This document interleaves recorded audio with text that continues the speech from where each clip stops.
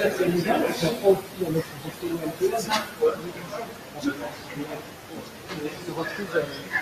rez-de-chaussée.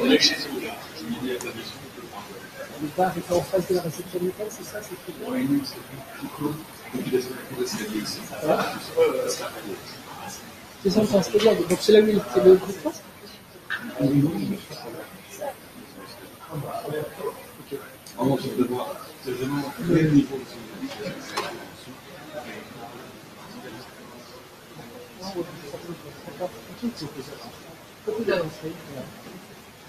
Cool. C'est là.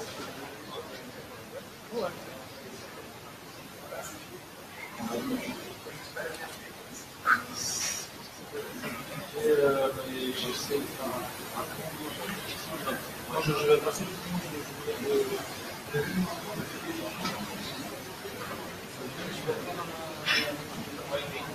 C'est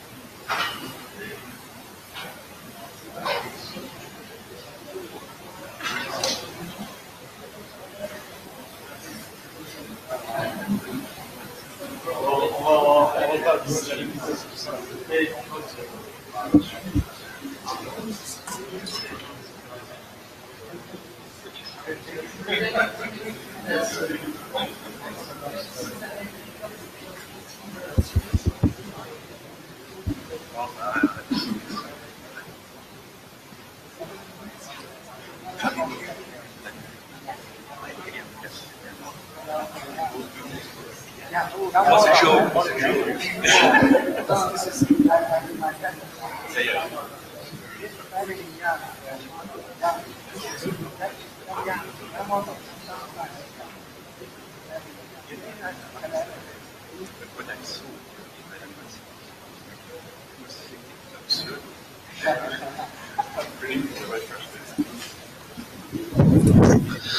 Okay, this is the room for the Lpwan working group. If you're coming from MPLS over Saber Lasers, then you're in the wrong room.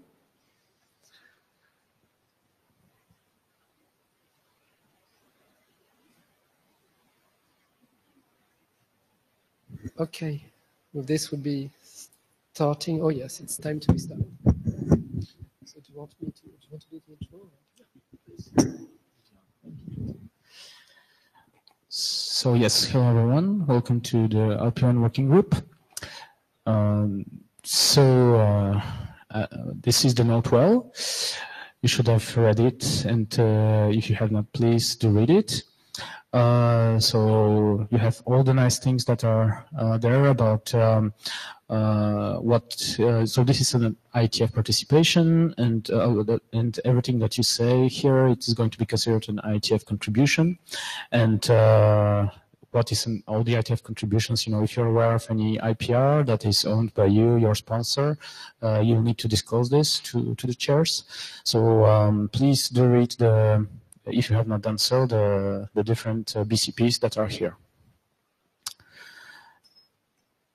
Yes, and as a reminder, of course, minutes are taken, and the meeting is recorded and streamed live on the internet, and the presence is logged. Please do not forget to write the blue sheets, to write your name on the blue sheets.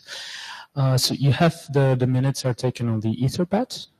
So we have the Etherpad link that is here on this on the presentation on the materials. So you can find it through the website of the IETF. If you go to the agenda and meeting materials, you can find this one there. Yeah, please do contribute to the minutes. Yes, so we have a couple of our traditional minute takers that have already said that they will take minutes, but we would like, some of them are presenting. So who else would like to help take minutes? Fabrice, thank you very much. And Ivo also is going to be taking. Thank you very much, Fabrice and Ivo. So we really encourage people to use the Meet Echo, but we also may need a JavaScript. So is there anyone that could do the JavaScribing?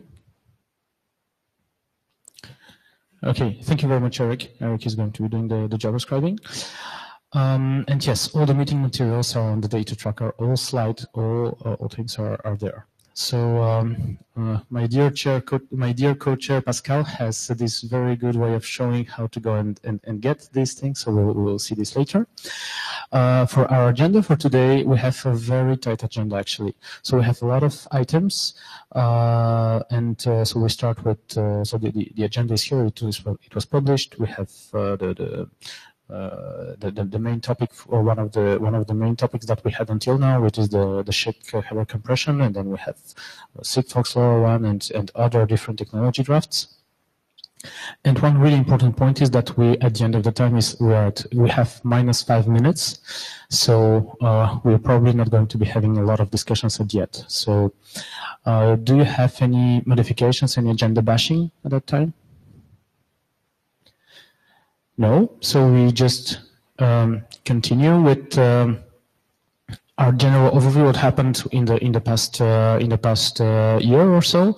So we finished our charter item number 1.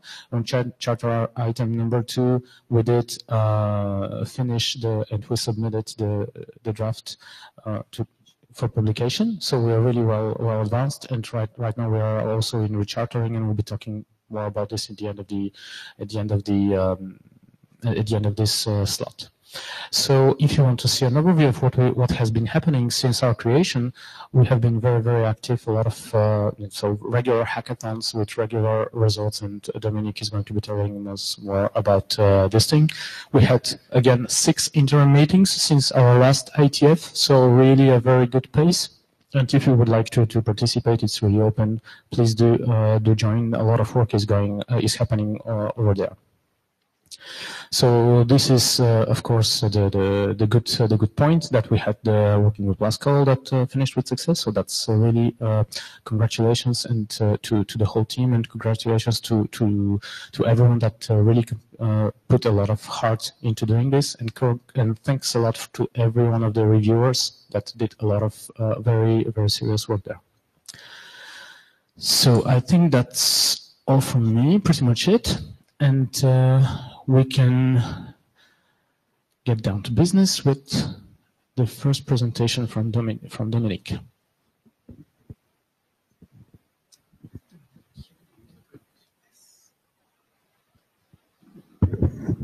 Hello, everyone. Good afternoon. So I'm going to talk about the SHIC. Yeah, well, if I want to point up. Anyway, I'm going to talk about the SHIC draft, the static header compression and fragmentation draft. First, just remind everybody what this is about, just in case you joined the group recently. Then I will go through what has happened since the last meeting in Bangkok, and tell us a little bit of what we did this weekend at the hackathon and what's coming in the next few weeks and months. So this draft is three things in one. It's a specification of a generic header compression engine. It's a specification of a fragmentation protocol, and it's a specification of how you apply the compression to UDP IPv6. So it's really 3 topics that are related, but that could potentially have gone into separate documents. But for some reason, we deliver them all 3 in the same document. So basically, the header compression was mostly reworked, rewritten first half of 2018. The fragmentation protocol and the description was mostly reworked and rewritten second half of 2018.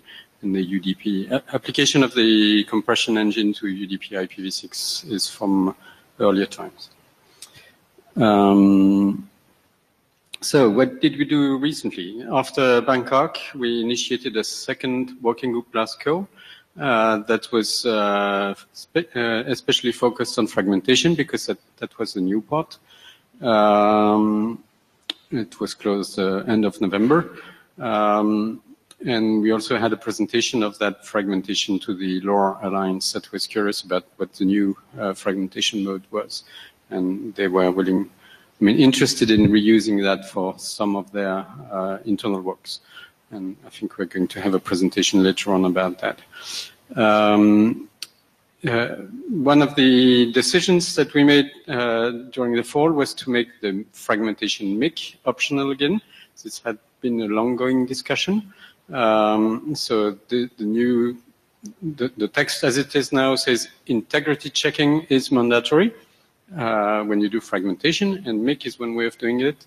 But if you have a known better way of doing it, then you don't have to have a MIC field. This was a strong request by some of the contributors.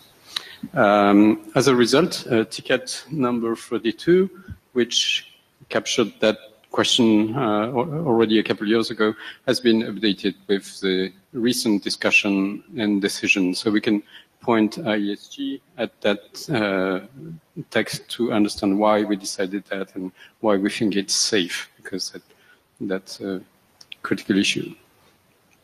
Then we reworked the text this fall based on Charlie's review. Thank you very much, Charlie, for all the time you invested into making our text better. So we really owe you a big thank you for that. There was one issue that Charlie raised, which was the interoperability and the description of the rules and the details of the rules, and we knowingly decided that it will stay rather vague in this document because we have another draft coming and Laurent is going to talk about it. That will describe that precisely. So eventually we published revision -18 and submitted to IESG for publication as a standard track RFC in December 15th. And since then we recently got an early review by Carsten, which is only a partial review as the IoT Directorate. And we have already worked on that. And then we had this hackathon last weekend, and so there were 9 team members. Some of them, not exactly all, are on the picture. We had 2 remote attendees, one from France, one from Japan, working on a night shift at local time, and 3 new attendees to any form of IETF event or hackathon.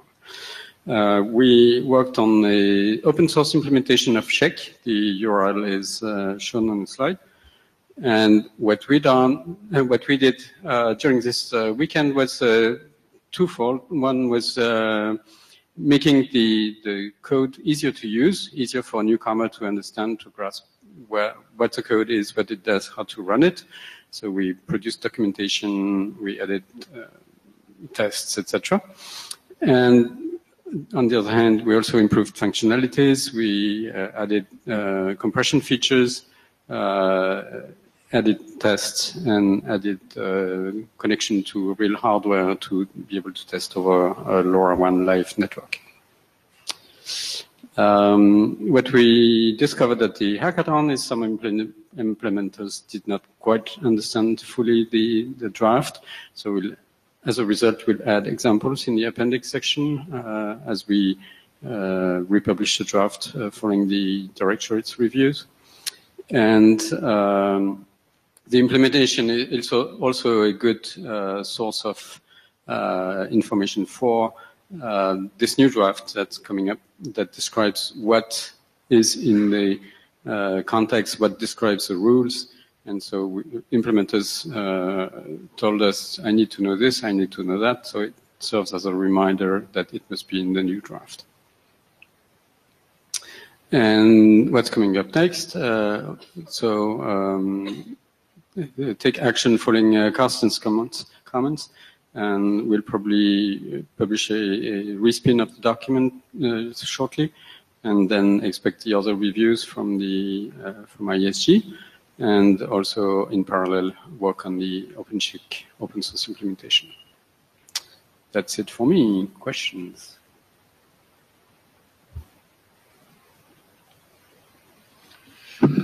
Hi, I'm Charlie Perkins from FutureWay. I didn't see Carsten's comments on the LPWAN list. Did I just miss it, or? Yeah, you probably missed them. It was an attachment, a text file. Carsten actually took the text version of the draft and added comments in line. I see.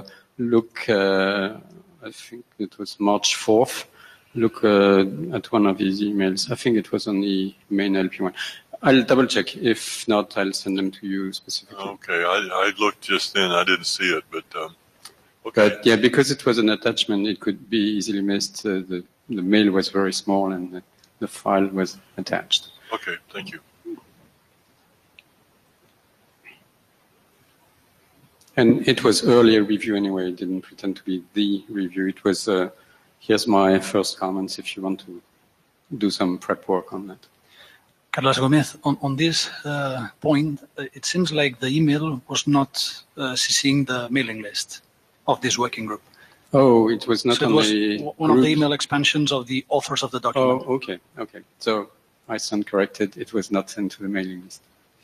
But we'll send them to you anyway. Thank you, Dominique. Thank you so much.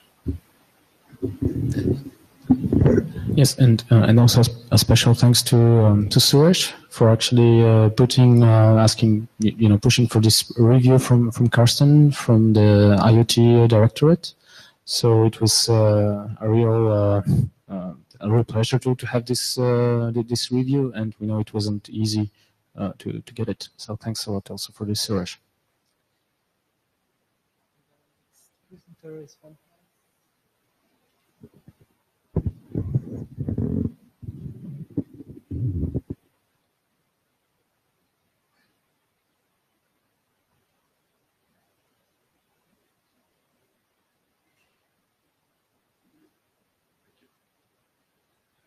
Thank you very much. So, Juan Carlos Zúñiga, Sigfox. Quick update on the draft Zúñiga LP1 SHIC over Sigfox, co-authored with Carlos and Laurent. So, based on the latest version of SHIC, draft 18, and there's now one of the big changes is the reference to the recently published radio specifications of Sigfox. There's also improved architectural definitions, taking into account the composition of the compression, decompression, and fragmentation reassembly functions. A little bit further clarification on the text. We're working on optimizing the values for the fragmentation modes, and some clarifications and operation details on other fragmentations are still on the works. So again, well, the big change is that long discussion about having these specifications not available. Now they are, and it's in a public site. So I included the link, but basically it's a link that gives support to developers that want to understand the technology, and look at all the details of the radio specification. Now it's available, and it's included in the draft. So then we can easily map the sizes, types of frames, and so on to the data sizes and payloads that we define in SHIC, and understand better how to make it work. So I guess on the interest of time, one slide that I don't have is we would like to call for adoption probably of the technology documents. This is the time to do it. So far we have Sigfox, NB-IoT, and LoRa. Of course they are in the works, but seems like the intention of the group is to continue working on these three. So it is, and at the end of this meeting, we'll be talking about the rechartering, and well, the discussion on those documents was already presented in the original charter, so I guess we could adopt that in those documents as part of the original charter, but ideally that would be done with the rechartering. Mm-hmm. And also ideally, those documents would inherit from the data model document and be more specific, for this technology, how you adapt the data model. That also is not chartered. So as long as that other document is not chartered, we are kind of on the edge. But yes, I mean, very soon we wish to adopt. Okay. So actually, I'm really also very happy to see that there was the specification that was published. So that's really really good. And did you put because I skimmed through it, and there were some some details about different payload sizes and so forth. So this is right now also in the Sigfox document draft. I changed the reference. I made the public reference and a link to the specification. Okay, so just a quick question on what is the meaning of now? Patrick, your name, please. Patrick Vetterval, Cisco. What is the meaning of now public? Because if you read the specs is available, but the IPR still belongs to Sigfox, so we can't use it. Sorry, could you repeat the question? The thing is that if you read the radio specification that is now public, there is a disclaimer that said that the IPR still apply. So we can't do anything with the spec because the IPR is not open. Well, we can read the spec. It's public. That's the only thing that we can do. And if you do read it, it says it's a royalty-free license upon certain conditions. I don't think that this is a forum to discuss this. But, no, it's just to explain the now public. I think it's... Well, it's public, yes, because anyone can download them, and that before it wasn't the case. Okay. So the details are now available, and I invite you to download them and ask technical questions if you have any. Yeah. So just to answer your question about the call for adoption, I guess we have this discussion about the recharter at the end. So we'll probably do all the calls at that time at the end of the meeting for Sigfox, for LoRa, for NB-IoT. Let's just keep the call for adoption to the end of the meeting. For the three probably. For the three of them, yeah. So we don't do these 3 times. Okay.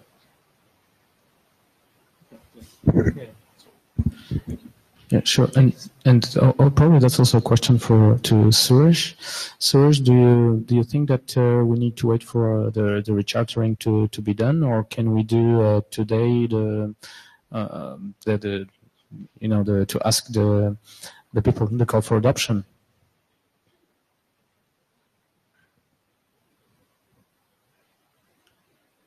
I'm not sure if we need to press somewhere. Yeah. At the end of the meeting, we'll do it at the end of the meeting. Okay. So relaying for Suresh from the Jabber. Yes, please leave IPR out. The IPR owner will need to file disclosure as needed. And for the last questions, go for it. Okay, so we go for a call for adoption. That's my understanding of Suresh message, indeed. Okay. Maybe we do. Okay. So that so at the end we'll call for adoption for the three drafts that will be presented: first, second, third, and the data model. Okay, that's perfect. And with this, we welcome Ivalio. Ivo, you've got the. Okay, hello everyone. My name is Ivalio Petrov, and I will be presenting to you the advancement of the draft Chikova LoRa 1. So the structure of the presentation is what happened since the last IETF and the advancement of the new version and what is coming in the next version. So since the last version, we had a review from Soichi, which was giving some details that we need to specify and some additional information. So thanks, Soichi. And this led to the publication of version number 3. And we also got a lot of new ideas and text from other people from the LoRa Alliance, namely Olivier Gimenez and Marc-Louis Gouriarek. I'm sorry if I'm not pronouncing it correctly. And all those new texts will be participating in the next version to come, namely version 4. So what changed in version 3 is improved terminology and adding of security consideration. Then we cleared some of the still pending to be defined parts, and that were related to WARA1 and the selection of RUID size, detect size, timers, and some other parts of the profiles. For the next version, we improved even further the definitions in LoRaWAN. I hope that the new version will be published soon, but it might take like a couple of weeks more. So another thing that is happening in the new version is the addition of icon error for uplink, and it seems that it's much better for those scenarios, according to us. So we are going to go ahead with this, and then we decided for interoperability purposes to try to dedicate an F port for the devices that support SHIC, both for uplinks and downlinks, so that at least some minimum common configuration can be shared for all devices that support SHIC. And another part is for some of the devices that need a little bit bigger headers to be transferring part of the headers in the F port so as to save, for example, 1 byte. This is the goal of this change. And so part of the interest of the work is also to see how to support the LMS. Of course, QAP support is also primary focus of this work. Another thing is right now we are mandating the window size for downlinks to be always 1, but while it makes perfect sense for devices that are class A, for devices that are class B or C, it might not make that much sense. So this is something we are revising. And then there were some questions how we go out of some bad state. Basically, if the network is down for a couple of days, which is mostly a theoretical question, but could happen. So after some discussions with the SHIC authors, we got responses that were satisfactory. So that will be maybe just noted in the draft. And yeah, I would like to ask a question. Are there people in the room that have some experience running SHIC over WARA1 to share approximately how many RUIDs and how many different, well, if we assume that the RUIDs will be put in the F port, how much of that we need? The idea is to be able to better size the RUID.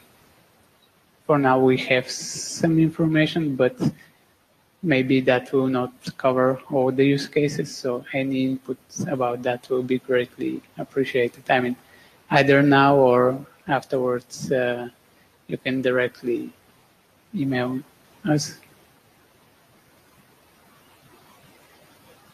Okay, doesn't seem that there are people having a think on this right now. Okay.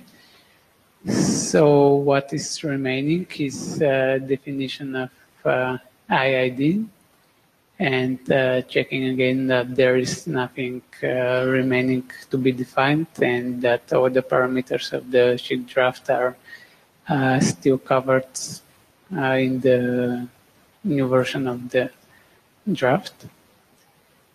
And with that, we would like to ask you before it's published at least, to please review the draft, give us any comments. And yeah, as we said, the call for adoption will be a little bit later.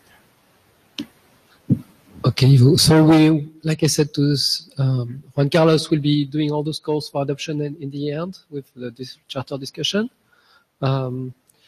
You had one good point about the number of F-ports, but isn't something that maybe people from the LoRa side, the LoRa Alliance, your co-authors, could help answer?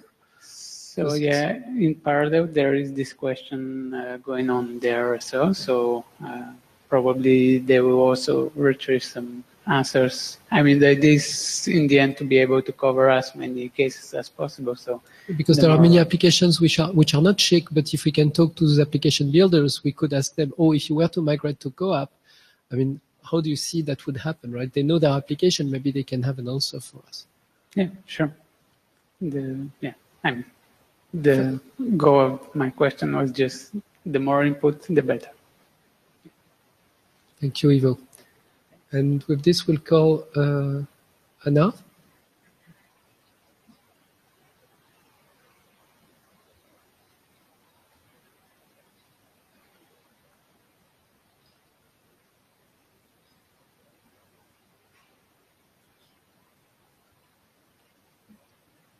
Hello, I am Ana Minabro. I work with Edgar Ramos from Ericsson to create this new version of the draft. We completely review all the draft. We define the use case we need to apply SHIC on. And we also add how role ID will work in each use case. All the 3GPP explanation of the architecture and so forth is now in the appendix because we believe it's not part of what we need. And we start defining the fragmentation modes for each use case. So the first use case is IP-based data transmission in the user plane. So this is really how to transfer IP packets over the 3GPP network. So as we have already in the past done with ROC, this is already defined for ROC in the PDCP layer in the 3G network, where the RRC and the RLC can choose the best channel to send the compression. So here we have all the information about the IP packet, and we can make compression between the device and the node B. For this kind of transmission, we think that we don't really need fragmentation because the RLC layer makes segmentation and reassembly. But there is an RLC mode of transmission that's called transparent mode, where there is no segmentation, and perhaps there we can use no ACK fragmentation. But this is also, we will need to see how it really works in the 3G network. For the rule ID in this kind of use case, there is no problem because here we have a PDU of 1,300 bytes, so there is not really a problem about which size of rule ID we need. The next use case we put it is how to send the IP packet in the control plane. And here I don't really have the management of the 3G network. I'm in the control plane, so it's like I'm sending an SMS message. So I have between 11 and 25 bytes. We can use a rule ID of 2 bits. We need fragmentation, and we can make this SHIC compression fragmentation between the user equipment and the router. SGSN is a router. So We can also send IP and non-IP data. They call non-IP data the co-op message for management in the network. So co-op message has no an IP header. There are only co-op. So we can use SHIC for co-op only, and we can also use SHIC for IP UDP packets, data packets.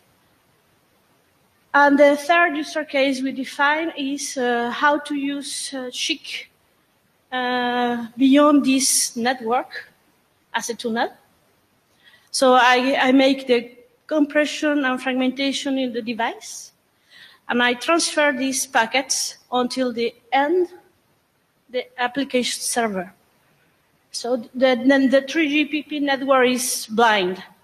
I only transfer the data, and I use the SCF router that makes an IP tunneling between the device and the application server. And here, of course, the question is about fragmentation. We are not sure we really need it because it's a tunnel. So with the bandwidth is not so small, so we need to see that.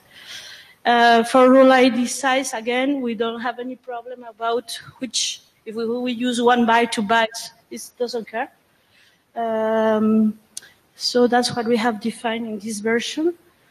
And again, we want to know if we accept the document for working report. Okay. So, yeah, you know the answer. Questions? Any question? Well, thank you so much, Hannah. We'll move to the next presentation, which happens to be somebody I know.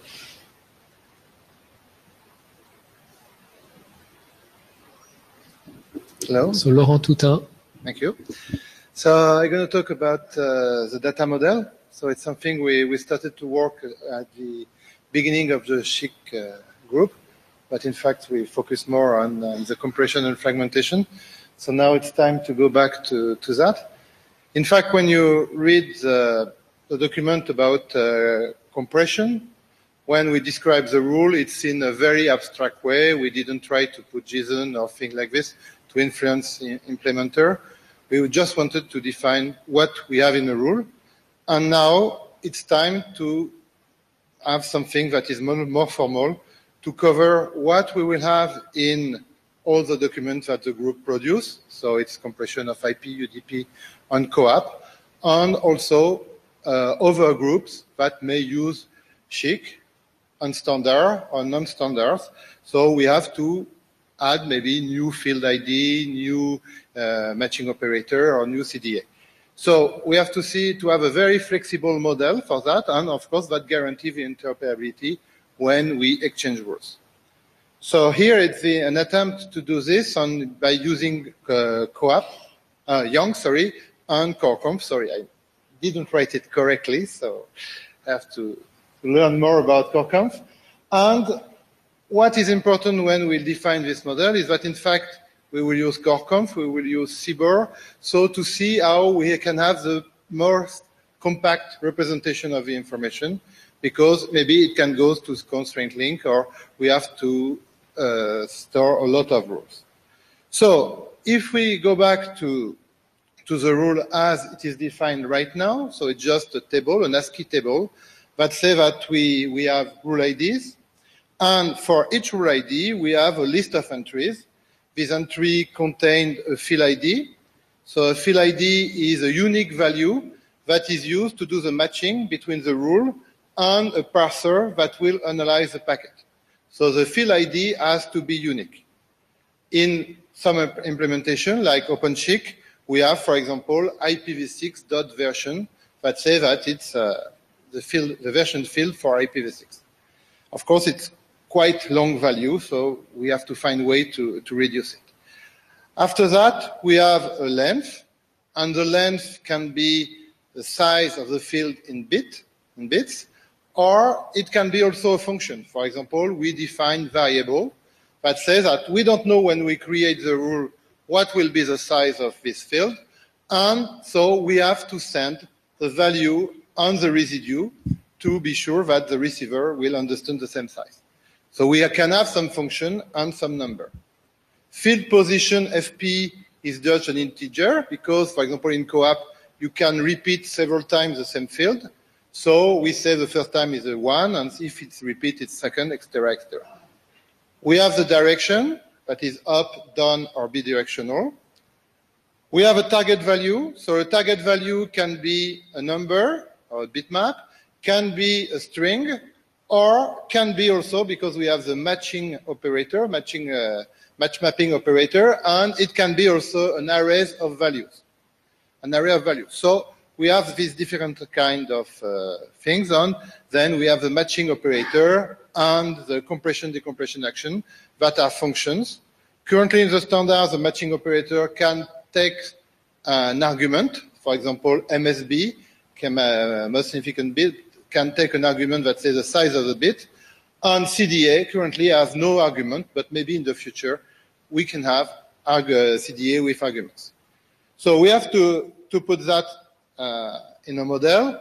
And something also that is important is that the rule ID is composed of a value and a length. So in theory, when we are sending things with SHIC, a most common rule can have a shorter representation than less common rules. So we have all these things, and of course, fragmentation and compression are in the same space. So it's what we define in the standard. So now we can represent it in Young. So here we have the Young tree. So here it's for a device. So we have the SHIC context. The SHIC context is defined by a list of rules. Each rule is defined by the rule ID and a rule ID length. But if, for example, you align your rule ID on the left side, then rule ID can be an index to find the rule in when you are looking for it. When you have the rule ID defined, then you have two kinds of rules: the rule for fragmentation and the rule for compression. So here in this model, I didn't put any value for fragmentation because the exercise was more on compression. But for example, in OpenSHIC, we have already defined some value and we can store them in this model. And for compression, so here again, we are going to define a list of fields on tree, and each field on tree will contain all the value I explained before. The only difference is, for example, for the target value. In fact, the target value, since it can be a matching list, then we can have several entries, and this entry will be indexed by their position. So this gives, so here you have the Young model, or Nathan for the Young model. So if now we want to represent it using, for core conf and using seed values, you run Pyong, for example, and you have all the URL here, and you have a number, a fixed number that is assigned to this value. So here I took a large number, but not large enough. If I saw in core conf, it will be in core just before, it will be a larger number that will be assigned. But here we have all the value, all the entries that are here in the alphabetical order. So if we have a graphical representation of this is a way we can represent the rule. So for example, rule ID value will be 80,058, etc., etc. And so each field will have its specific seed number. And in the first attempt, what we have to do when we want to describe a rule is just to put for all these fields a value. For example, if I want to put IPv6 header length, so in a first approach, we can put IPv6 header length here, but it will not be very efficient. Then we put the length, 8, we put the position, 1, we say that the rule is up, and then we have 3 possibilities, 0 for if it's 1 if it's 64, and 2 if it's 255. Then we put the matching operator, no argument, the CDA, and no argument. So now what we want to do now is to have a better a more compact representation of the blue information, so what we will put in a rule. So one possibility, and of course, it has to be unique and understood by everyone. So one possibility is to use seed to put in these blue fields. So here it doesn't represent a column, but it represents a value you put in an entry. So for example, if we want to represent field ID, we can have a basic type that is field ID seed type, and then we derive all the fields we know, all the field names we know, into new identity. And when we run Pyong, then we will assign this way a seed ID, a different seed ID, a unique seed ID to all these identities. So it can be done, here I did it for IPv6, UDP, and CoAP. So it's a good way to represent the information, but the problem is that if you do that, maybe seed ID will be very large, and we may have to find some way to optimize what we will put in a value. For example, here, it can be 4 bytes for a seed ID. If we can have only 1 byte, it will be better because we are in a constrained environment. So how we can do that? One possibility, I don't know if it works now because a lot of things may change in CoreConf, is that we can also have a shortcut that will be an enumeration of all these fields.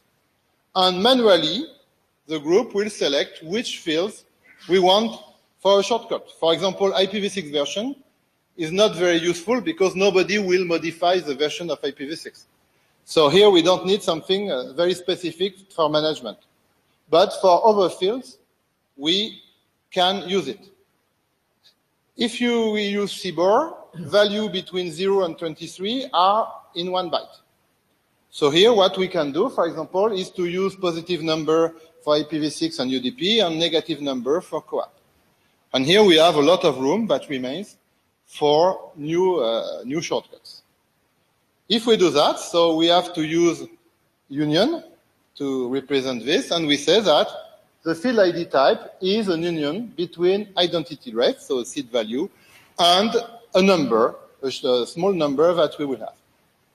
Currently, union is very trivial because when you send an integer, you send an integer. When you want to send an identity ref, you send a tag and an integer, and you can make the difference between them. So it means that there is no extra cost to send shortcuts.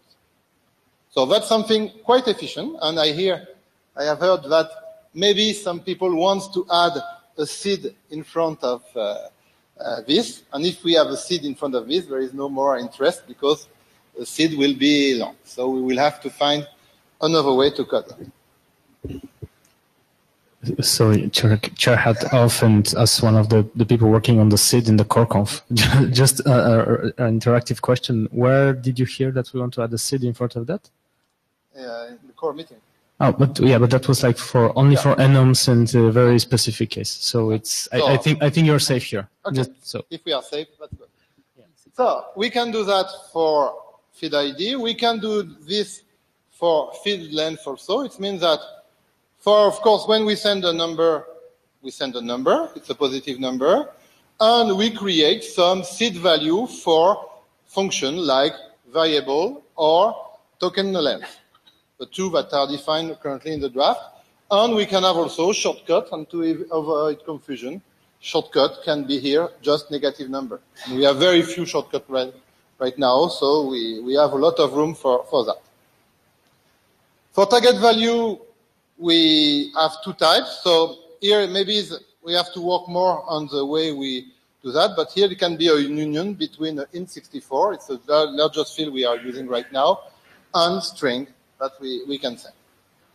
And as I said before, target value is not enough. We need a position because it's used in the matching list. So we create a group with a target value and this position. When you have only, for example, equal, then you will have the position, but you have only one entry in this group. So it means that if we do that, we will have this coding, and instead of having identity. Here we put the seed, we put length. Here we use, instead of using direction and put up or down, we put a number that we assign to it, etc., etc. Matching operator has a specific value is 4, and CDA has also a specific value. So, Laurent, please, sorry for the interrupt. When you say we put a number we send for it, that's the short value you were talking about. Yes, right? that's the shortcut. Let's use the same terms because. Yeah. So the group will have to decide which things that can be. Okay, so this was shorter than I expected, but in fact, this is the first attempt to make a Young model on this. Of course, you can criticize it without problem. I'm not a Young expert, so it's my first attempt to do something on Young. So we have to check the validity, see if it's correct or not. And what is important here is that we will mainly use it on conf, and so see the impact of the choice on the coding of the information. Thank you very much, Laurent. Is there any question in the room about this data model? Did you get a chance to talk to young people during this IETF? Not yet. So okay, that's great. So we'll ask the same question as for the other documents at the end of this meeting. We'll ask for the advice on adoption. Okay. Yeah, so. Actually, because we have 1 minute more maybe left until. So who is the next presenter? So Carlos. So Carlos, you can. So chair hat off. Just to say what's really interesting when this thing is modeled with Yang is that we have the protocols that go around it. So once you have the data model, you have the data model for actually specifying this, then you can go and configure it, you know, from a server side over the radio, and all this comes out of the box. So that's really interesting. Thanks, Laurent, for doing this. Carlos, you get the pointer here. Initially, I was really asking the question to Laurent: do we really need to make that very concise? Isn't this between some provisioning system like the AAA server and the network side? So between those two, we have a lot of bandwidth. Do we really care to make that concise? And then getting more and more feedback that actually the devices could provide their own model as they connect to the network instead of producing the URL of where the model is. And if that sort of thing happens, then yes, it's a very good idea to make it very concise. So now I agree. Carlos, the ball is yours. Okay, thank you. Hello, everyone. My name is Carlos Gomez, and I'm going to present the new draft entitled RTO Considerations in LP1. So as the motivation for this new draft, as we know well in this working group, there are some very important LP1 technologies, such as Lpwan and Sigfox, which offer some characteristics, such as reduced bit rates and message rates in some cases, for example, below 1 kilobit per second or below 1 message per minute in some scenarios. And then as a result, we may get long or very long round trip times. In ideal scenarios, the RTT may be already in the order of several seconds or tens of seconds. And in addition, there may be some phenomena that may increase even more the round trip time up to several minutes or even hours in some cases. So the round trip time and also its variance, the round trip time in LP1 is much greater than the typical one that we have on the internet. And for example, the default RTO in TCP used to be 3 seconds. It was a few years ago reduced to 1 second. Also, the default RTO in CoAP is randomly chosen between 2 and 3 seconds. And however, in LP1, we have retransmission timers. For example, when we use CoAP and if we send a CON message, there will be a retransmission timer.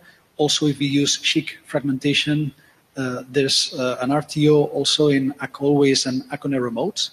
So a question that arises here that we need to face at some point is, okay, how do we deal with these special characteristics of LP1 RTTs?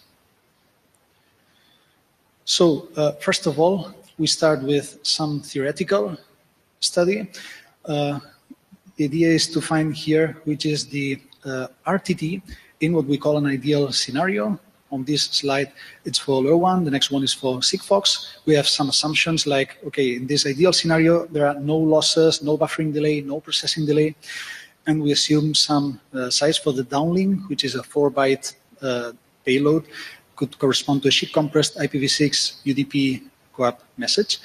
And then the idea here is to try to see which is the range of RTT values that we can get under these conditions, considering that the uplink payload size may be small, such as 4 bytes, or it could be the maximum one allowed by the technology, the layer 2 technology, and also the response, the downlink response, in this case in LoRaWAN, can be in the first receive window or the second one.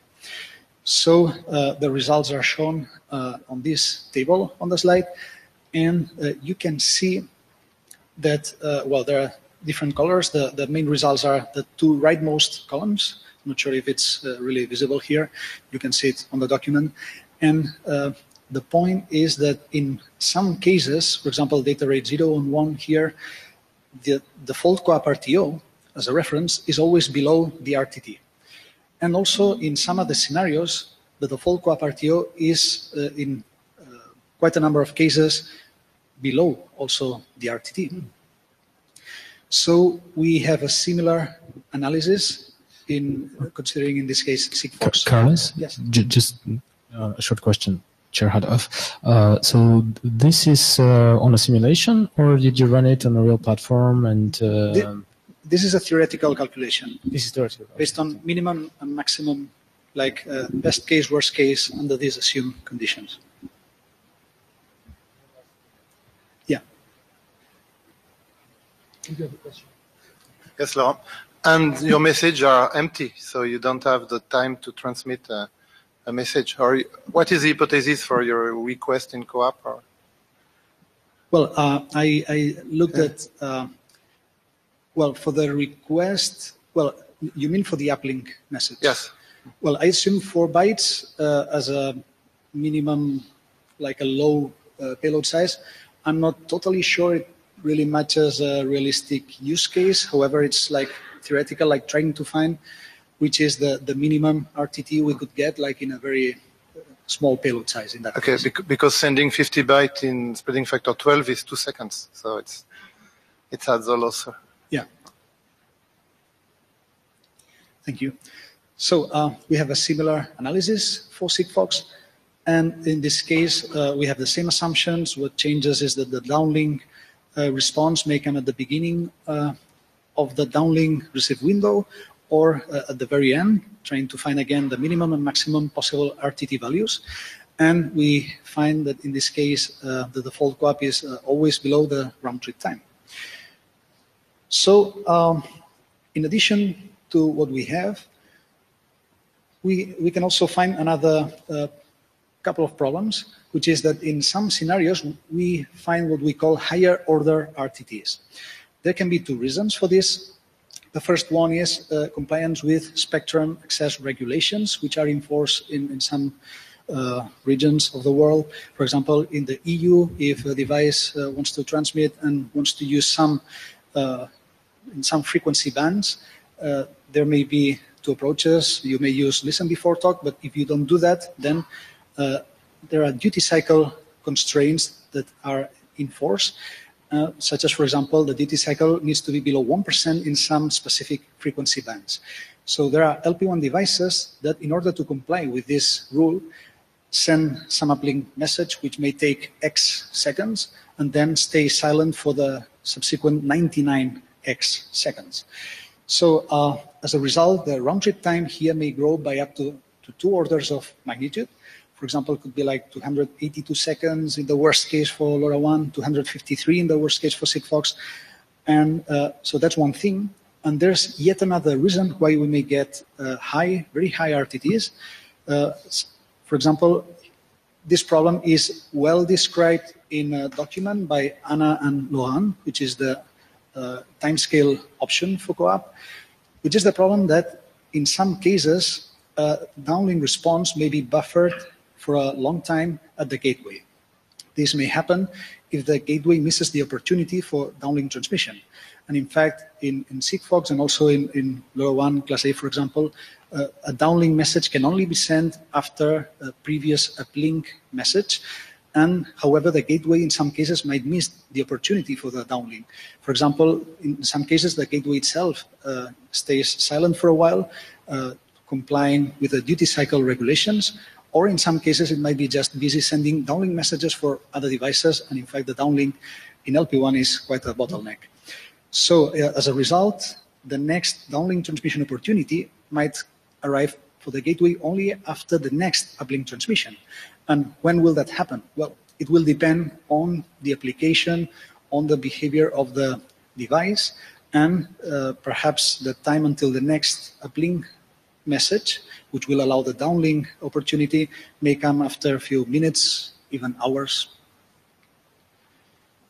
Okay, so we've seen these special characteristics of the round trip time in LP1, and now we could think, okay, what should we do?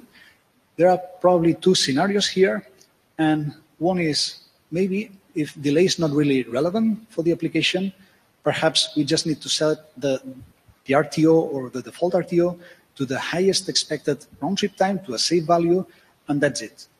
And doing this, we avoid spurious timeouts. However, if delay is really relevant and we expect these higher order round trip times, then perhaps we might need to consider some different approach. So in this section of the draft, we propose a simple dual RTO algorithm. This is basically that the device would be using two RTO algorithms, and one is the high RTO, which is compatible with high RTTs, and the other one is the low RTO, which is intended to be compatible with the lower ones.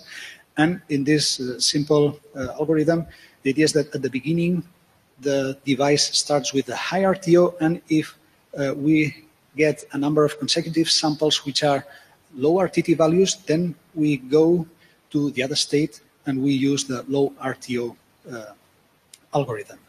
If at some point we detect that we are in some interval in which we have high RTTs again, the idea is we can go back to the high RTO state. So the idea here is trying to separate these two different scenarios in terms of the RTT values.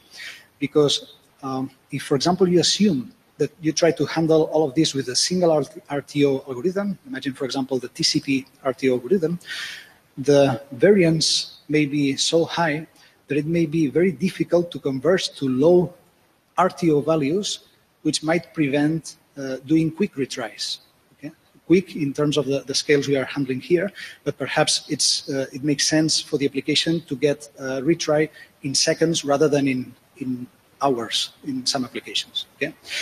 And for example, also you might consider a constant RTO. And the point is, in that case, you really would need to have two different values for that, two different constant RTOs. Because if you try to use a single one, it will only be adapted to perhaps the low or the high, but you cannot be well adapted to both situations here.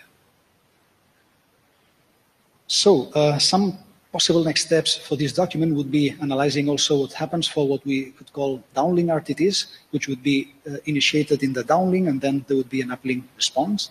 And of course, studying better, refining the dual RTO algorithm that's proposed here, perhaps evaluating the performance. And the main question here would be, okay, is there interest in this work? And subsequent question, if the answer is yes, then would be, okay, in this document there are like different kinds of contributions. For example, we have some kind of guidance material for how to set the RTO, which is rather informational. Also, we have the proposal of an algorithm, which is of a different nature. So there's the question of whether it's better to keep this within a single document or perhaps some other approach. So yeah, that's everything from my side.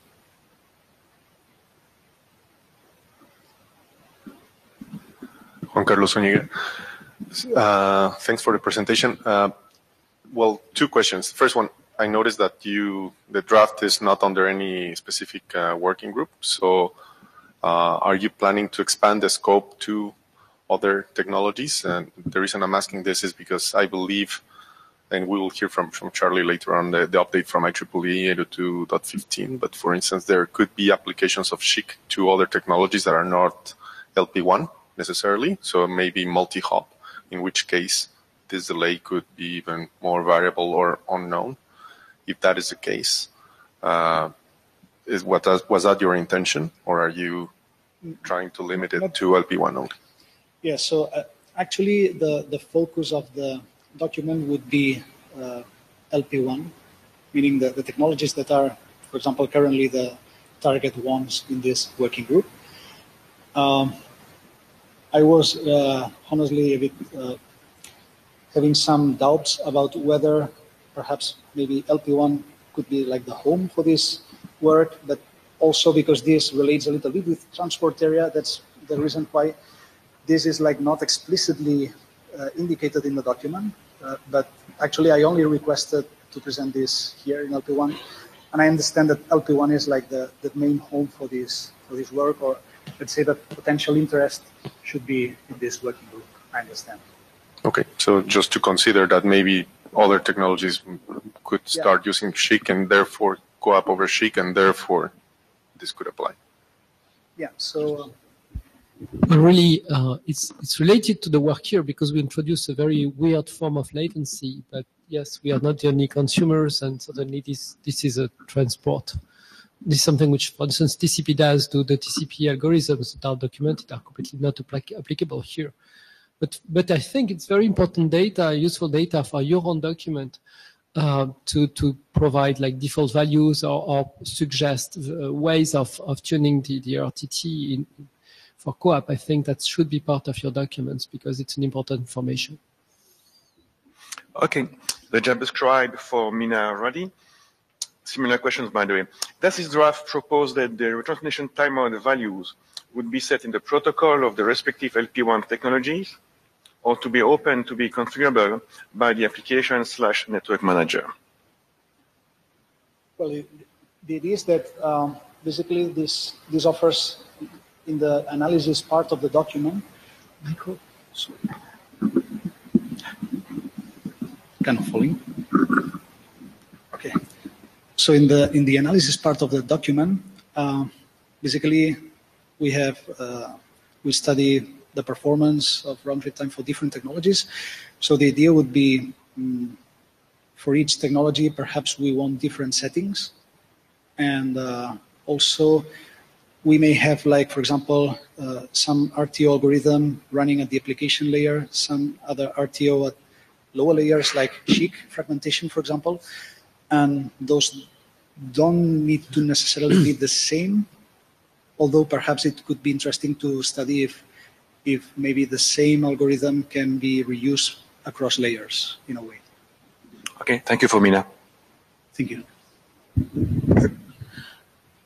So about the question that you asked about the interest, I think that one of the first observation is that you have some figures that show that timers for co-op are timing out, are overrun. So that's by itself, it's something pretty interesting, and it serves as a support for some other drafts that were proposed here in the working group. So personally, I find this work interesting.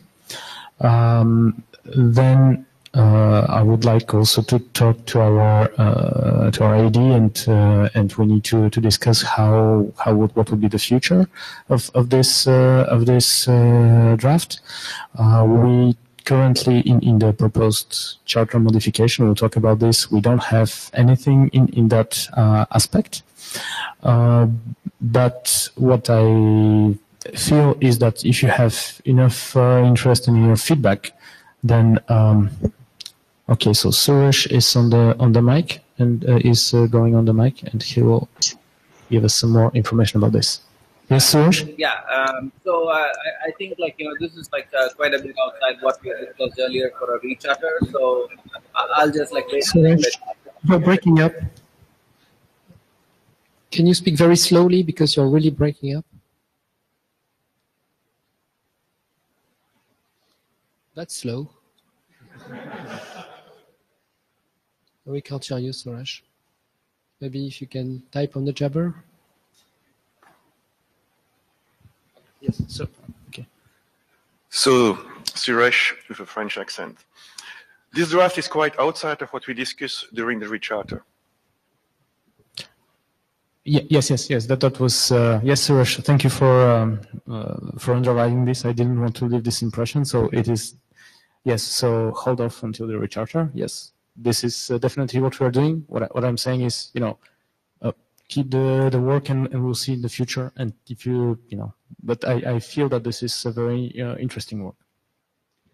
But there is no obvious response to your question, so we'll see you. Okay, thank you. And Suresh, you still appear as speaking on the Meetico? Okay. And with this, we invite Laurent again.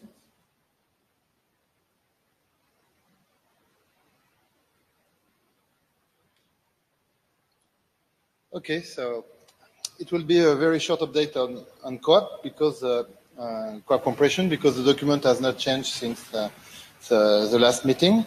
So we are waiting for a review now about this document.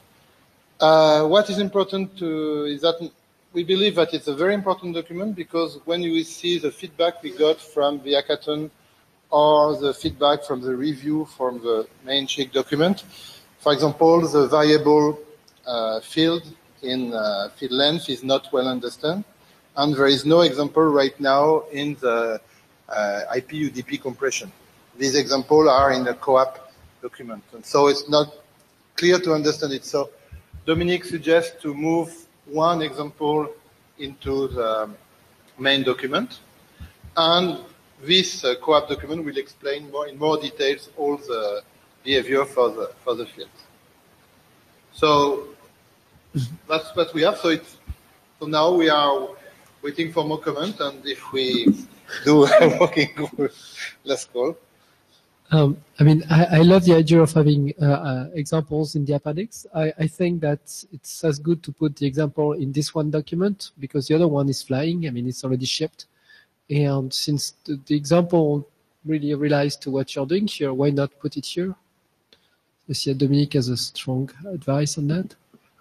Not strong. This is Dominique Bartel.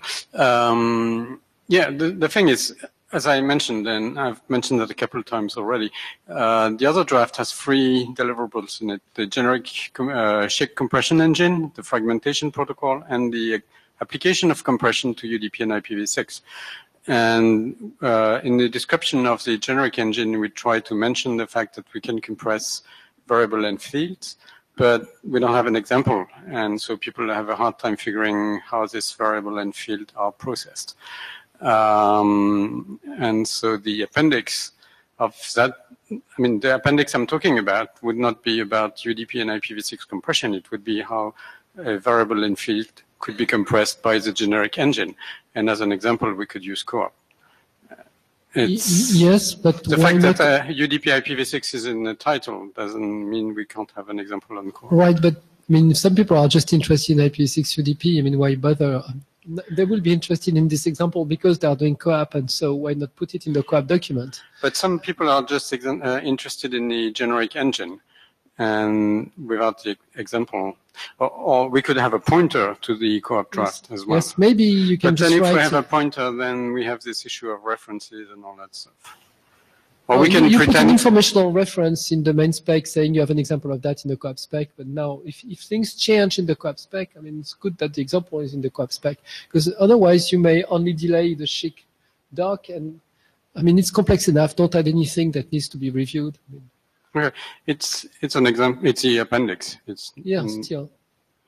And we're going to spin new versions of the draft anyway because of the ISG review.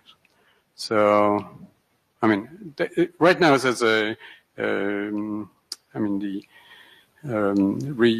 is that called? Respin required or something.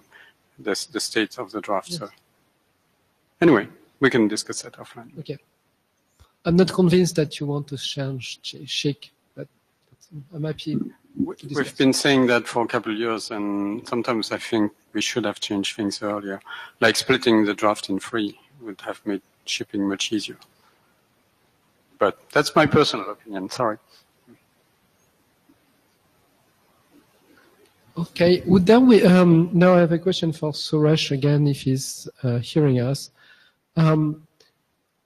What we seem to need now would be help from probably core and reviews from people who are more expert on the co-op side. Would there be a way through the IoT Directorate or directly through the Indirectorate to get some early reviews from people who are experts in core? That would really help. And then if we have like a core expert reviewing this, then I'm totally happy to start the workgroup last call.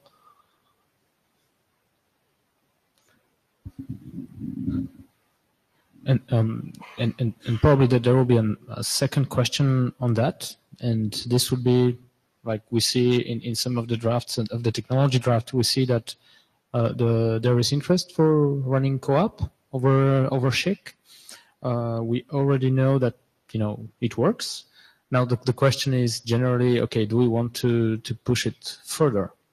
So that's also a question that could be open to you, to the working group, is do we want to delay further the document and try to make it like very, very, very optimal?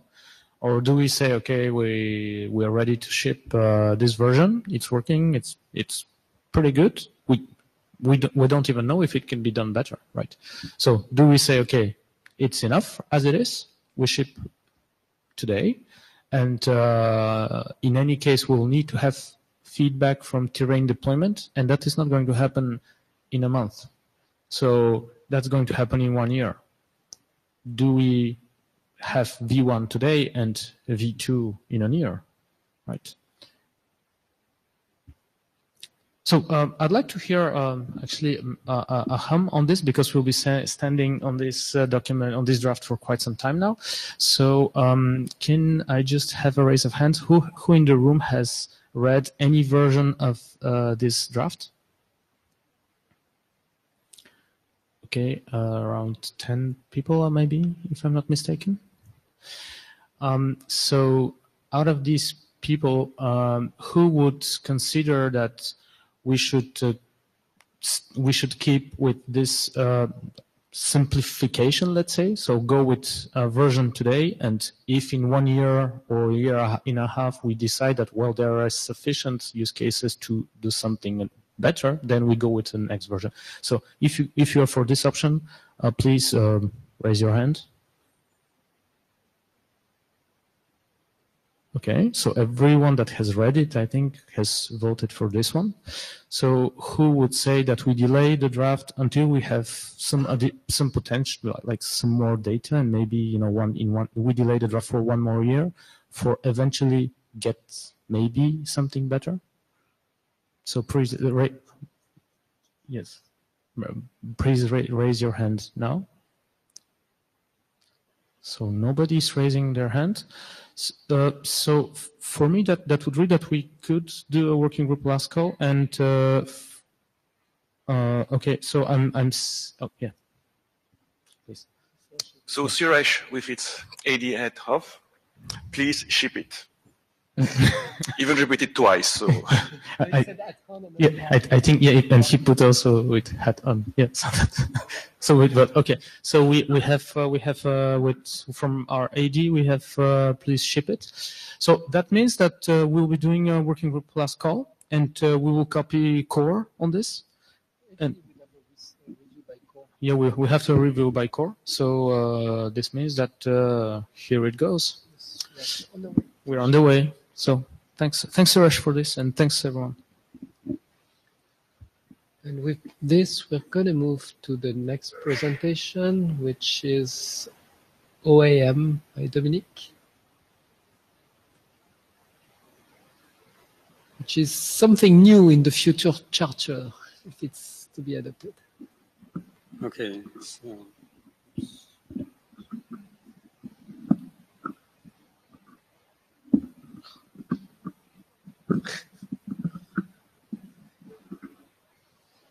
Okay. Because it's new in the in a new charter, we save that work for the future. Basically, I'm here to report that we haven't done much over the last month on this one. So a little bit of history for those who haven't followed that one.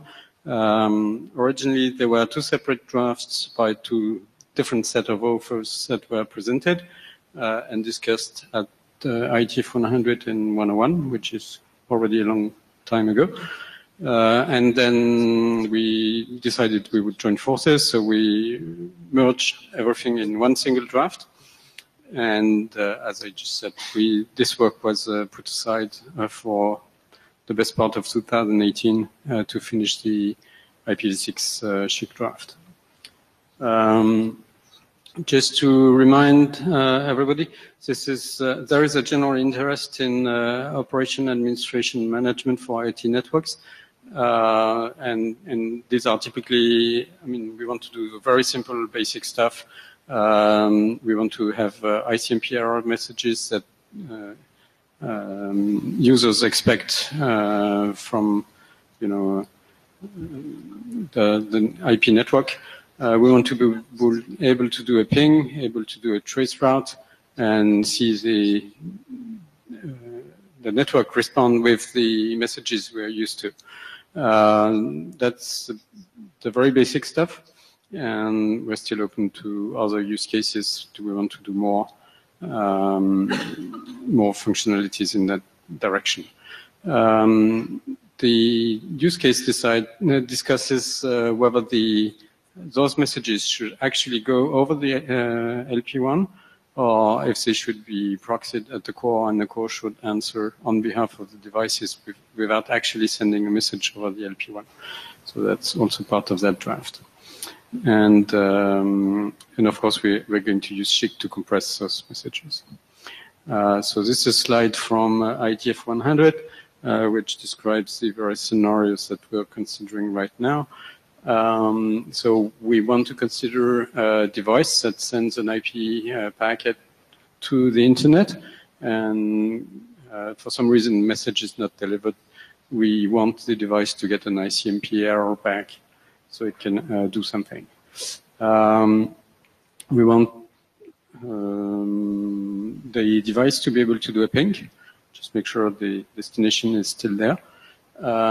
We want users on the internet or applications on the internet to be able to send an IP packet to the device and get an ICMP error message back in case something goes wrong. We want the typically a human user to be able to do a trace route to the address that corresponds to that device.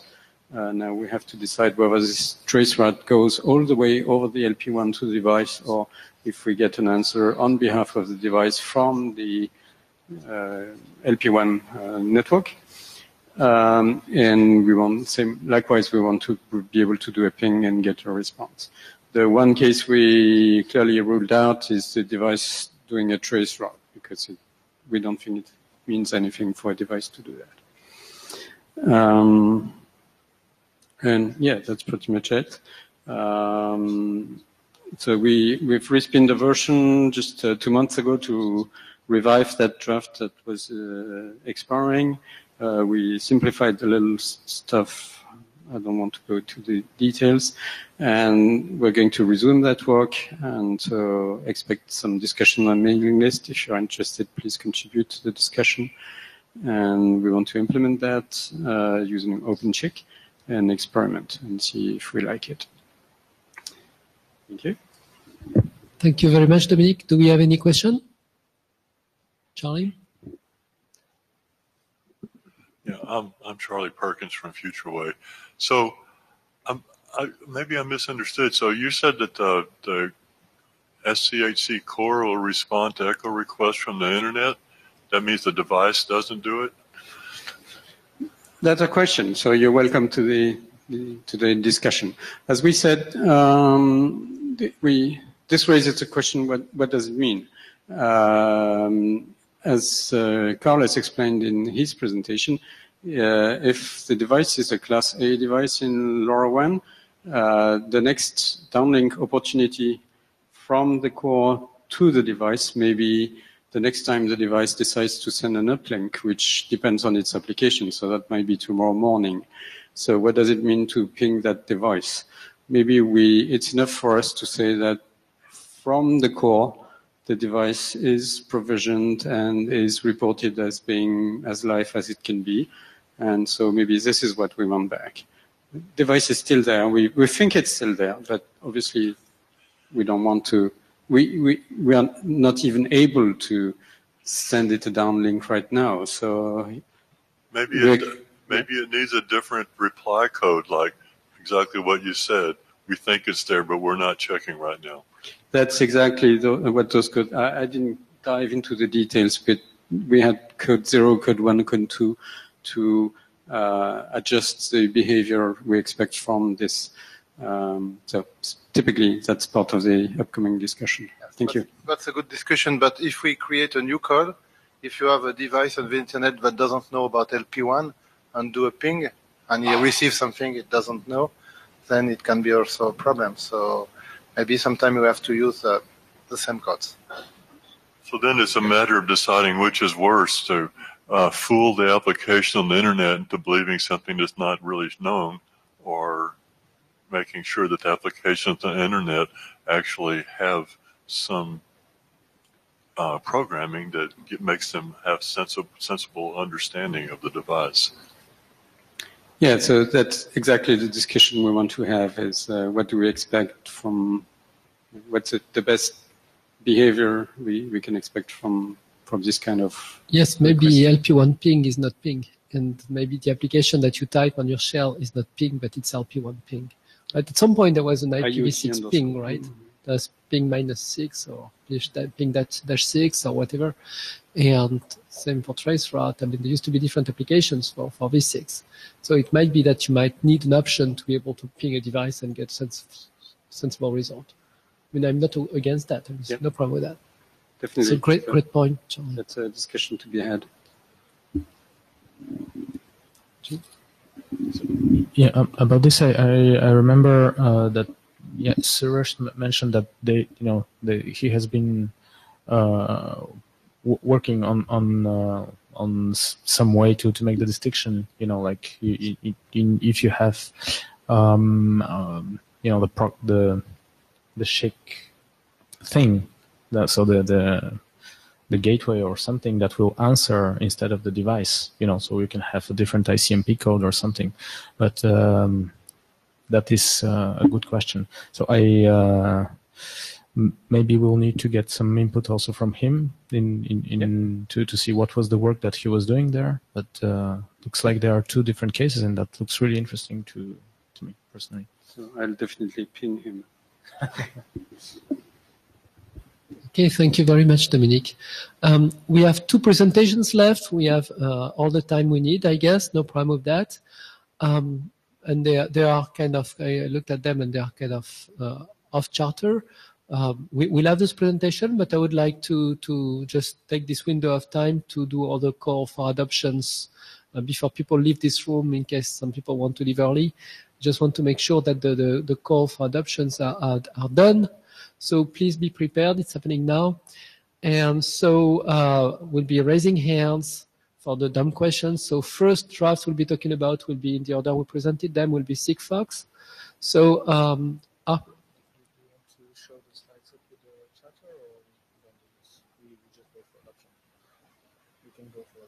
you can please present the slides, but we can start calling as you switch. Okay, so people willing to adopt the Sigfox technology document per our current charter, so the old charter, the new will be good, but it's already present in the old charter. So willing to adopt, please raise hands. Okay, roughly 10. Opposed to adopt? Okay, we'll confirm on the mailing list. So same question for the LoRa document, willing to adopt? Okay, same kind of hands. Opposed? Opposed? No joke. Okay, so we also have on the Jabber. Okay, so it's all positive. And NB-IoT willing to adopt? Opposed? And now the data model, the fantastic new document that Laurent has presented to us. Willing to adopt? Okay, same hands pretty much. Opposed? Okay, so we'll be confirming all this on the mailing list as usual, and we'll keep the authors aware on this. And with this, yes. So in the minutes, please say that for all four, we got pretty much only positive responses, and that was around 10-ish number of hands raised plus the chairs. No. So that's great. Thank you also to the others. So we'll, as Pascal said, we'll confirm on the mailing list, and once we get the necessary feedback, you will be invited to submit as a working group document. For the rechartering discussion that we had, so let me just switch the slides. We have already discussed this, and basically most of the things are as in the old charter, with some, like the second item, the second charter item was split. So here what you have is in black. That's what we have today in the charter, and we just are making it explicit. And we had a question on the green one and on the orange one eventually. So the green one is about OAM, and one of the questions was, okay, we can really make it pretty specific. Well, we want ping in this sense or in that sense, so in the sense of the draft of that was presented just beforehand. So that is something that we would like to get some input on. So do we leave it as it is? And that's the first question, and we'll need to get some answer for that from Suresh. And the second point is, do we include? Is there any interest in which is the time now about security or something else? Well, the point is probably now that the ball is in Suresh's hand, I guess. We discussed over the previous two meetings, pretty much the charter that you have in front of you. We had those questions about security IPv4 other. There was nothing which really came out of that. So we posted to Suresh a candidate charter which has all four items on this paper. And Suresh, if you have any news for us about where that request from us is now standing,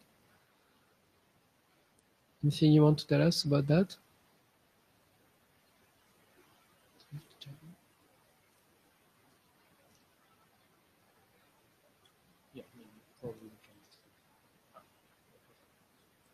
Goran? Göran Selander. I just like to... Goran, please state your name. Göran Selander. Slowly. Okay, so now I start again. Okay, so I think this the SHIC header compression of co-op had a very good part. I mean, the security for compression for OSCore, which I think was very useful. And there is a accompanying key establishment protocol, a key exchange protocol called ad hoc. And if anyone is interested in that, that's a very compact way of doing a key exchange. So you could do it for pre-shared key-based authentication in 45 bytes or less, 3 messages. And could you do it without any change, or is there any mechanism that could be missing from what we have in the two documentation? I'm not sure. I mean, basically... That would be a great feedback to have now. Right. I don't have that at hand. Sorry. So this was... we've talked about this offline, and I haven't really had time to look at this. So this is just, since the security question mark was on this slide, I just want to acknowledge I think it was good work done on compressing OSCore. And if you're interested, there is a key exchange protocol if anyone is interested. Fantastic. Thank you. Okay. Thank you, Goran. And with this, we move to Charlie, I guess. So that's...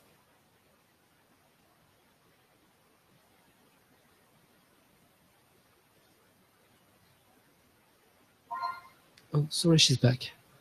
So maybe Suresh can you try to speak, Suresh? Can you hear me? Yes, perfectly, actually. This time it's very good. Okay, so I just want to understand a little bit more about the IPv4 stuff. Like I was not very supportive of the IPv4 work before. So if somebody has like some real item they want to work on, let them put it forward, because I haven't seen any drafts or any proposals, right? So at this point, my answer is no. But if somebody has like a real use case, let's talk about it.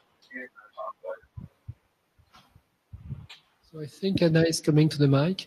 This was evoked maybe 2 IETFs ago, right? This is Anna Minaburo. Then we get this input from the narrow IoT part in order to have IPv4 compression in the 3GPP network.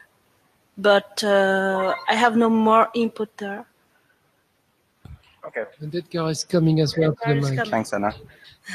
Edgar, go. So let's just get Edgar. I'm sorry, Charlie. No, no worries. So Edgar, we have you. Yeah, hello. Edgar Ramos. I did some kind of survey, try to find out how much interest there was about having IPv4 for narrowband IoT. What I found out is that there is a lot of deployments of operator networks at the moment that are IPv4 only. And then there are also a lot of deployments of, let's say, external networks, which are IPv4, even if internally in the operators they use IPv6. So basically, many devices are still using IPv4. Say that, I don't find very difficult to use the, let's say, the plain SHIC as it is to compress IPv4 on the narrowband IoT case as it is, because I think, if that kind of support wants to be introduced, it's quite easily introduced by 3GPP. But then if it goes over the top, then it becomes more tricky. Then I think there is where it requires some kind of more general solution. I'm not sure what are we actually targeting. If we are targeting like going for legacy as well here, then it would be good to have something in IPv4, but just to handle the legacy. If we are okay with, let's say, waiting to see what happens later, and then IPv6 adoption grows and so on, and then we are targeting that kind of deployments, then I don't have any problem to leave it as it is. It's just the indication of the market, how it is at the moment, and what we see at the moment outside. I think it was something like half of the networks were IPv4, so it's quite a lot. So your recommendation would be to have a draft on v4 that would be for the 3GPP type of networks? Yeah, it's difficult to say if that's my recommendation. I would say that it's a good thing to do, but then I'm not very sure. Yeah, I know. I'm not very sure if it is the right way to go. But yes, I think, my personal opinion is that we should address legacy. Yeah, personal opinion. Okay, so I take it as a yes, very long yes. Okay, so Suresh is in the queue, so let's see what Suresh, can you... Suresh, I give you the mic. Thanks, Edgar. Okay, thanks for the info. I'll be really happy if you share the result of the survey. I'm not sure how they can scale the number of devices using IPv4. Right. So if you can send a note, that'll be really good. If there's a real use case and it's simple, we can do it. So yes, let's continue this discussion about the mailing list. So Edgar, if you could please send us a summary of your argument, and then we would build on that.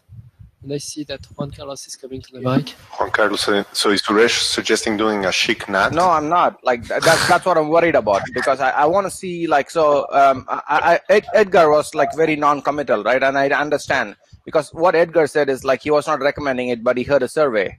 Okay, so and that's what like I want to see the survey and see what the results are like, and is there a way for these people to move forward, right?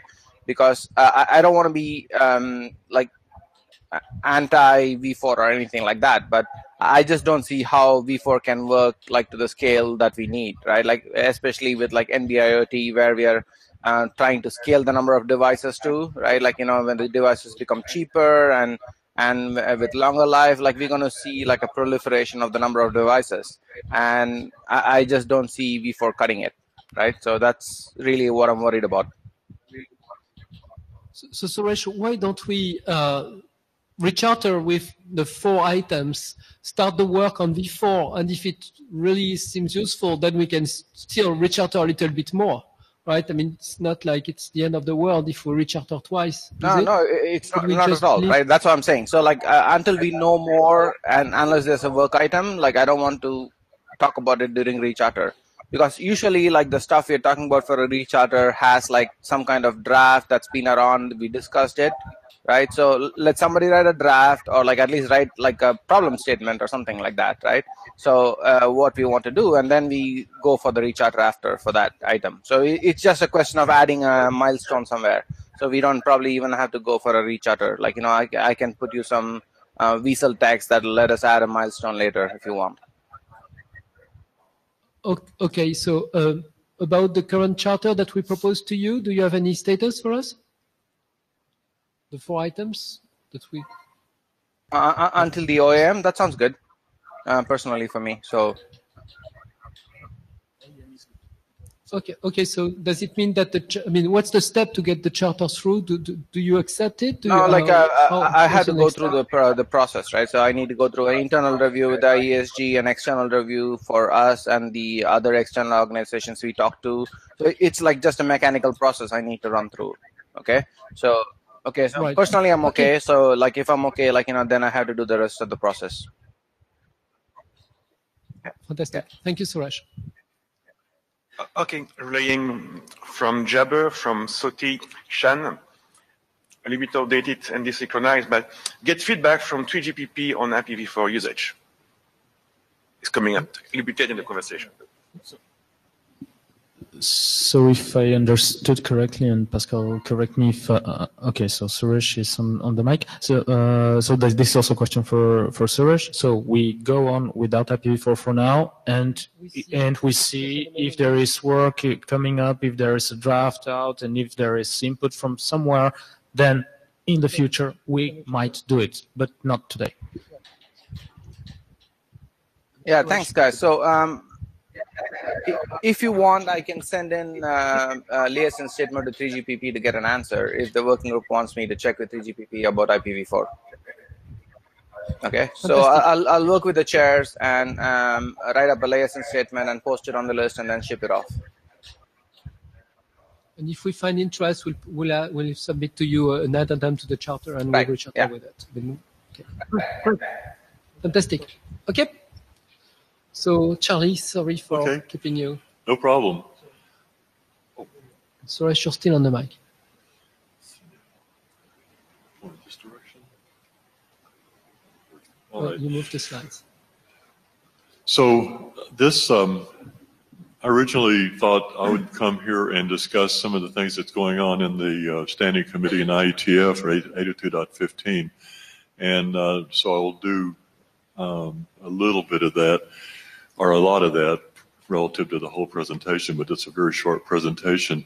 And then Pascal asked me to give a little review of what's actually other groups in 802.15 are doing. So most of that stuff, I don't have a lot of information about it because I don't go to the other groups. And second of all, I don't think it's very much relevant to IETF. 802.15.4W is the low power wide area group, and that document has made a lot of progress over the last few months, and it's now sent out for letter ballot, which you could think of as a little somewhat like working group last call. And so I'm pretty sure it's going to have to go out for a couple of last calls or letter ballots, and presumably sometime in the summer or fall it'll go out to wider audience for to finish the standard. 4X was just approved by the IEEE Standards Association, and that's it's called Field Area Network Extensions, but what it really boils down to is just adding more parameters to some tables for quadrature, phase, shift keying. I'm not too good on those things.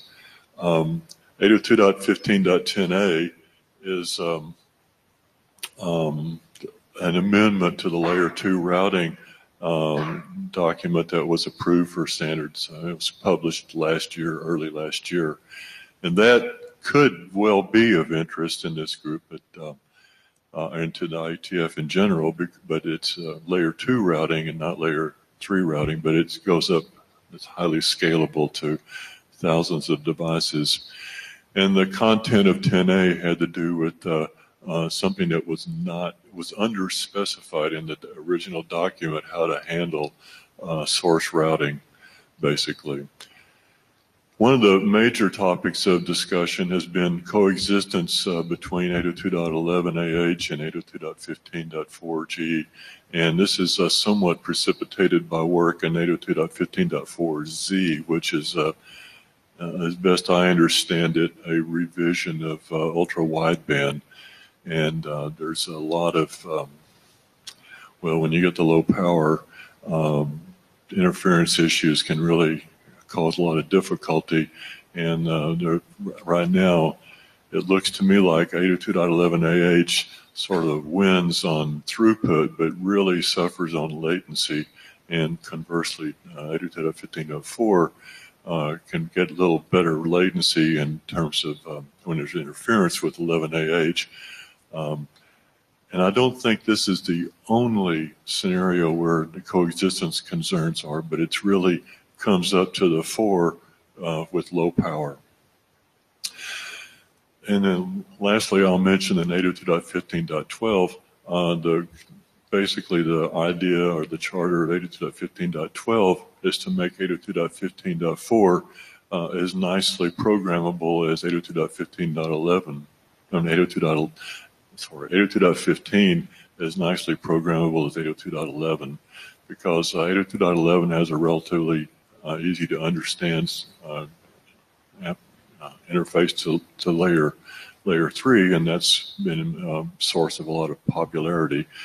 And the philosophy in 802.15 was that, well, we want to make the devices really small, so we put all the stuff in higher layers, and that's not been very successful in some ways because that means that all the normal stuff you would think of that has to be done on the device for, say, by hop transmissions or whatever, has been done differently in different ways, different implementations. So now we want to make it more like 802.11. And that work is proceeding at a regular pace, and I think it'll be made available sometime in a year and a half. So that's some of the activities in 802.15, but not all. There's also an 802.15.4y that has to do with adding some security measures to the to 802.15.4. And I have not followed that, but I noticed that Tero's here, and he's one of the authors of that work. So Tero wants to say something about that. Tero Kivinen. Yeah, it's mostly going to just add, this 256-bit AES there. We have 128 bits, and then there was some standard organization in different countries saying, oh, it would be nice to have a 256, or at least have a roadmap for that, in case we happen to have a quantum computer saver. So that's just getting ready for the future if somebody ever needs it. Okay. Well, actually, I'm almost out of time. Oops, I better hurry up because I hadn't hardly got started. So Sorry about that. Well, this slide I don't have to describe to you, but I just mention that this is actually the presentation I've made to the 802.15.4 group. And so I wanted to make, first of all, the point of this is to make a document for 802.15.4, update of the current document, of the document that we had out there. It's not current anymore, but we wanted to show how to use SCHC or SHIC with 802.15.4, and not just specifically for 4W, but for .4 in general. So in order to do that, you have to compare apples to apples. And one problem was, well, what about fragmentation? Do we use SHIC fragmentation or do we use 802.15.4 fragmentation? And in order to figure that out, I tried to make some estimate on the minimum header sizes and with SHIC head fragments. And so, roughly speaking, I think if you're really, really minimal, you can get everything into a byte for the fragment header for SHIC, or even less perhaps, but let's say a byte. And then there's this MIC. And actually, I want to make sure to get this point across. Since 802.15.4 is going to put a frame check sequence on every frame, we don't need the MIC. Now, I was going to try to convince you to make the MIC optional, but according to the previous presentation, it's already been made optional again, so that was great. Thank you. So in order to compare properly the fragmentation from SHIC versus using 802.15.4 fragmentation, I had to go in and do some estimates on what the 802.15.4 overhead is per fragment. And since I'm really short on time, I'll just say that it matters a lot about some assumptions you make on the 802.15.4 headers, and you can get probably about 5 to 7 bytes overhead per fragment, if that, and that depends on what all you think about compressing on the MAC header. So, and I want to also mention as briefly as I can that when I described the SHIC header to the 802.15 or the Standing Committee on IETF, by surprise, I got everybody complaining because I called it MIC, and they said it is not MIC, it is FCS, frame check sequence. And so they recommended that the IETF document change from calling it MIC to calling it FCS. And I don't have time to really go into that right now, but we can talk about it on the mailing list. Okay. Okay, so please go ahead. Dominic Bartel. So it all depends on what you call a frame. For us, a frame is below SHIC, so our MIC is to verify the integrity of the whole set of fragments that we're sending, and each fragment is encapsulated in a frame. So that's why we don't want it to call it a frame check. Well, what their argument was that it's not any sort of integrity check because it's so easily defeated if somebody wanted to, forge a little bit of the data. And in other words, you can do it cryptographically, but if you just use the sort of checksum mechanism, it's not good enough. So it's the word integrity, I guess, which has a strong security aspect in it, which kind of hurts here. Well, let's not have this discussion now, but we can discuss it on the mailing list if we need to rename the MIC. I don't think it's not an important point to me, but they thought it was important. So I wanted to say it. Okay. So I don't have to talk about this. I'll just say that the way I estimated the minimum MAC header size was to take every one of those numbers. There's a 2 and there's a 0/1. If there's ever a 0, I said, okay, we'll delete that part of the frame. And so all this stuff got deleted, but the security control has to be there. And you'll notice that the frame check sequence is not going to be deleted. It's at least 2 bytes. So that's where I got the MAC header overhead to estimate.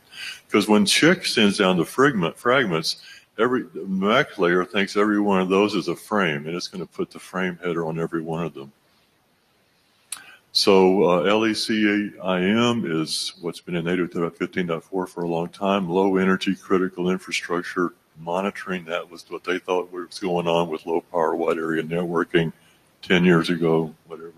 So there was a big debate about, well, maybe we should get rid of LECIM and just put low power wide area network in there, but so far that hasn't happened. And the thing about 802.15.4 fragmentation, it's only defined for this LECIM or low power wide area, and in order to do it, you have to incur the overhead of first sending a fragment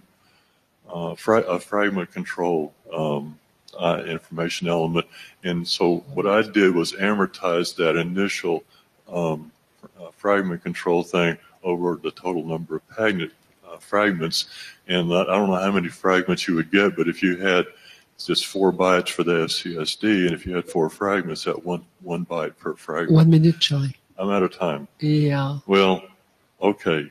Well, that's the way it goes. And so I will spare you this fabulous discussion about frame type values, and I guess, so one thing I have to mention is that in order to compare apples to apples, we really need to know about the security model for SCHC, and what is that? I tried to propose really reducing to the bare minimum the MAC header, and people were upset because there's no security there, and the argument went on. So I guess I have to be done. I mean, just one last observation, that the MIC itself is often done on chip for 802.15.4. So this is in addition to the frame check sequence. And if SCHC wanted to do something about security, then we would have a solution here that would be handy for 802.15.4. I guess that's it. Okay. Thank you very much. Thank you very much. Thanks, Charlie. So yes, and very good question. Please, the next presenter, Tobias. Tobias. Thank you very much, Charlie, for this. You put some very interesting questions. Hope to have them answered on the mailing list and to see progress on the draft on the 802.15.4 SCHC over your technology. So, yeah, thanks. Okay. There you go.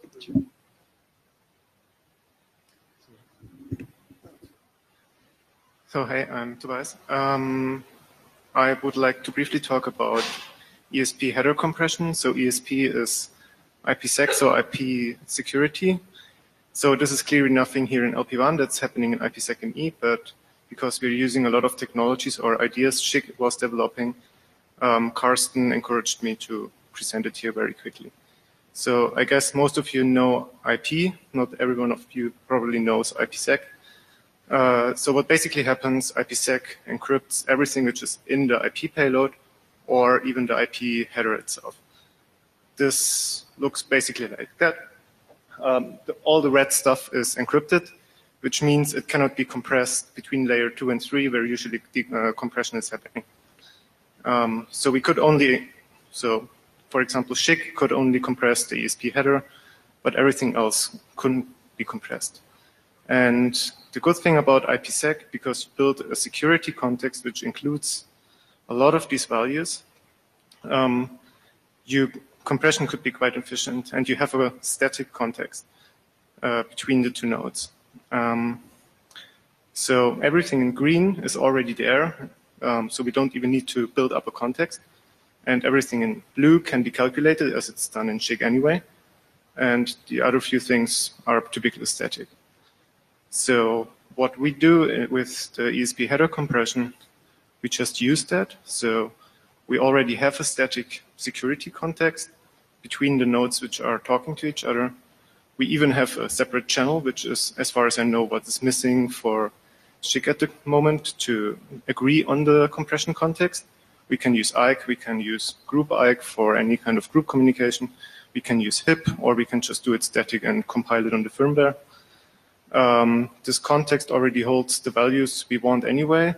We call it traffic selectors, for example, IP addresses, ports, and whatever. And we have done this before. I think a few of you know ROC and ROC over IPsec. So something similar has been done there before. So what we did at the ESP header compression, we just defined how to do it. And that's probably why Carsten told me to present it, because I guess most of you know this kind of actions and rules. They look very similar to what is defined in SCHC, because they are inspired from ROC and SCHC. We defined them in the document for ESP, so for the ESP header, for IPv6, for IPv4, so this also means IPv4 is not really a big problem for us. We defined them for TCP, for UDP, and for UDP Lite. And this looks like a lot, so I quickly went through it. That's like 59 header fields to exchange rules for. If you cut them to like ports and stuff, then you still have like 44 header fields you need to exchange. But because so much stuff is already there, we defined a strategy which we call DSP, which optimizes this exchange of the context, and which leaves us to just define 9, or to have me to exchange or flash 9 context values, which we can then use to compress all these fields. So we basically have, in an optimal case, we have no overhead of any protocol inside ESP. And we already discussed this a little bit offline with the people who did SCHC, so basically with Dominique and Laurent. I think it could be even easily extended to co-op, because that was also something you couldn't compress otherwise. So that's basically it. I'm happy to take questions offline, and if someone who thinks this is kind of interesting wants to read the draft, I think you will quite align that to what will be the final document in SCHC, so that the wording is similar once this is done. Okay.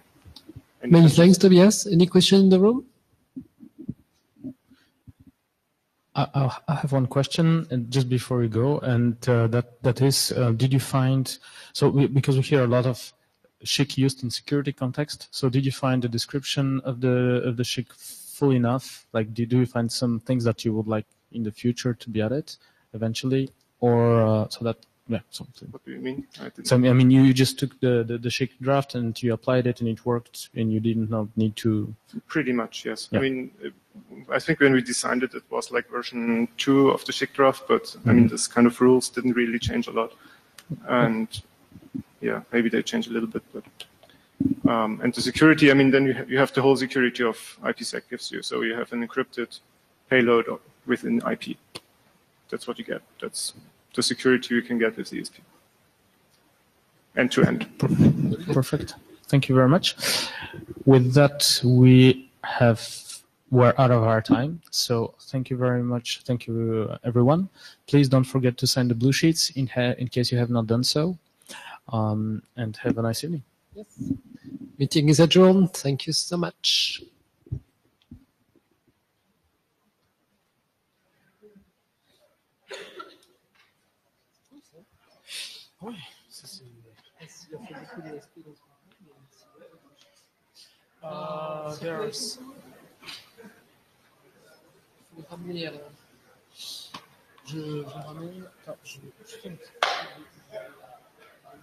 Does anyone have the blue sheets?